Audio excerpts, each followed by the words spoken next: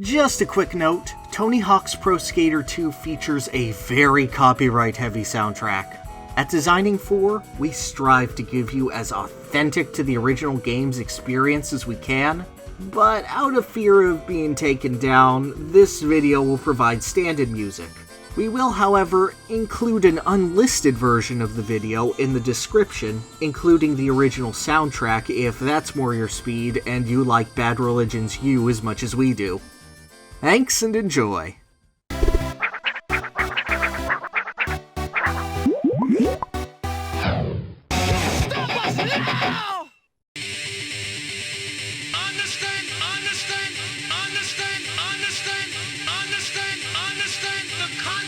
For a game as centered in the late 90s punk skater aesthetic as it is, Tony Hawk's Pro Skater 2 is oddly restrained when starting a new game. Career mode's the only way to gain skate parks to mess around in, so a starting player's basically forced to fumble around the first stage forever until they get used to the controls. And make no mistake, the hangar does an excellent job of guiding the player. It's a very small area, with only one major visible half-pipe and 2 secret areas, and it has surfaces for the player to grind on basically everywhere. It adds metaphorical training wheels to your skateboard, has super lenient challenge goals that even a total novice can figure out in their first runs, and teaches the player the basics in as safe of a way as possible. Then you unlock School 2, which kicks the training wheels off, pushes the player down the stairs, and watches as they break their nose from the fall. And there's no more liberating feeling than the sheer freedom it provides. School 2 is 3 times as large as Hangar, and an initial playthrough of it is gonna be completely overwhelming in the best way possible. You only have 2 minutes to explore a stage in Pro Skater 2, and that's not nearly enough time to see all there is to see and do all there is to do in School 2, especially fumbling around and eating it after you fail a jump. There's a courtyard, multiple hallways and staircases, a massive leap of faith to take, ramps hidden on the sides of buildings, a rooftop area, planters, drinking fountains you can grind on. If you see it, you can go to it. This kind of do-everything attitude really starts to open up the Pro Skater series' deeper mechanics. Every time you play through the level, you may see a thing and think, I wonder what happens if I go off there, or do a thing here. So you do, jumping off a ledge or grinding across a set of handrails, and when you do, the game tells you that you've found a gap and adds a neat little bonus multiplier to your score for it. Gaps are just that. Little gaps or specific areas to trick off of that the developers think would be cool for the player to accomplish. And when you get one, you start hunting for more. And the more gaps you find, the more you start planning out how to nail that perfect high score run. That I'll never be able to do because I'm garbage at Tony Hawk. But still, what drives this even further is the stage checklist. Pro Skater games focus on a specific set of objectives for a player to accomplish during a single run. From destroying a bunch of objects to getting a high score to finding a secret VHS tape.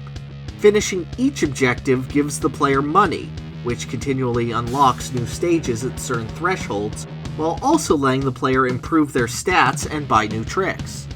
These serve to prime a player to enjoy their newfound freedom even further. The letters of the word skate and hall pass keys fly around the school, the player taking note each time they see one so they can plan a route for later where they'll snatch them all up. You have no idea what a TC gap is that you have to do a kickflip over, but that makes you just jump across everything until you find it, and then nail a trick in order to finally get a prize. And the secret tape here?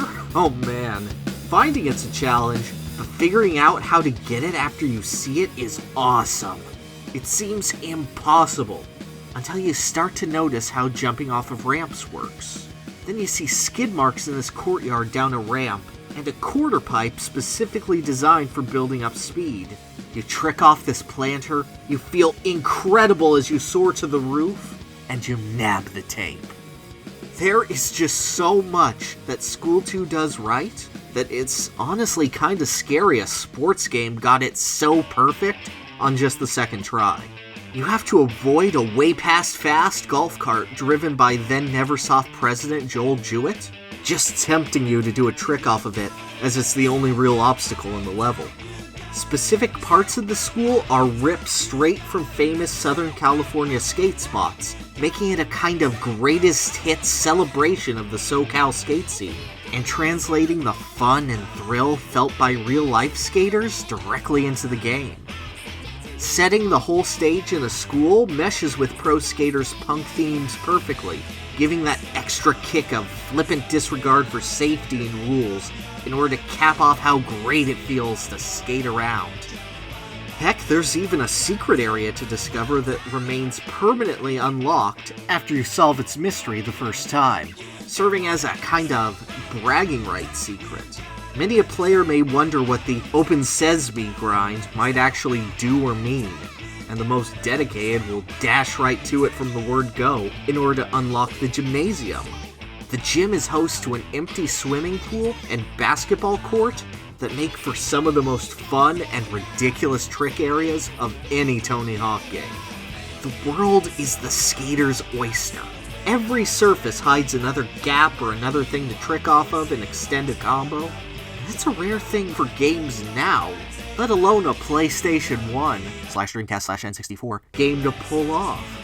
There are other stages in the Pro Skater series that are fun and dynamic. Foundry from Pro Skater 3 has a strong case for this same feeling, but the way that Pro Skater 2 builds and conditions the player before pushing them forward and telling them to go wild it's just something else. If nothing else, the Hawk knew how to design for freedom.